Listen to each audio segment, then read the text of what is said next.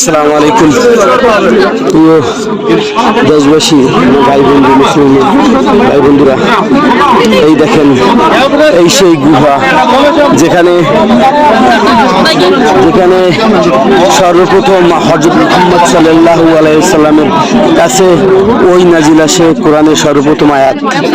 সেই গুহা 2 রাকাত নামাজ পড়লাম ইনশাআল্লাহ। এখানে প্রচন্ড ভিড়, রাতের বেলা আসছি, প্রচন্ড ভিড় এখানে। ইনশাআল্লাহ আমার মনে হয় আল্লাহ পূরণ করে খোদা। আমি অনেক কষ্টের পর এই কাজটা করছি, অনেক রিস্ক নিয়ে।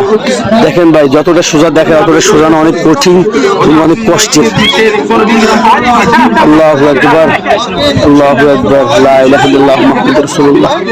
মানুষ বোঝে না নবীজি কত কষ্ট করছে, না দেখলে বুঝবে না, না দেখলে বুঝবে না। দেখেন এদিকে জায়গা দেখেন, এমনি যদি মানুষ পড়ে শেষ শেষ। আল্লাহ ভালো জানে কালাস। দেখেন মানুষ কত পরিশ্রম করতেছে, কত পরিশ্রম করতেছে। আল্লাহ, বহুত মানুষ আছে। আমি জানতাম না এই জায়গাটা, ওই নাজিলে প্রথমে গুহায় আমাদের নবী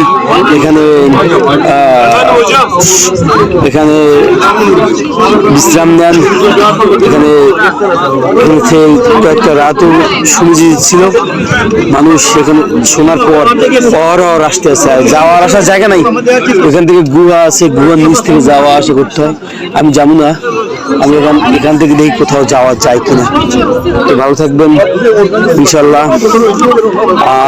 আল্লাহর কাছে দোয়া করি আল্লাহ তাআলা যেন প্রত্যেকটা মুসলিমবাসীকে এখানে আসার তৌফিক দান করে, উমরা হজ করার তৌফিক দান করে। আমিন সুম্মা আমিন।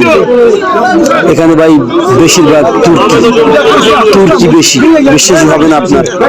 তুর্কি, ইন্দোনেশিয়ান, ফিলিপিনি এগুলো বেশি। আল্লাহ হাফেজ, ভালো থাকবেন। আসসালামু আলাইকুম। সবাই দেখেন একবার এই গুহাটা, ওই যে মানে তারাই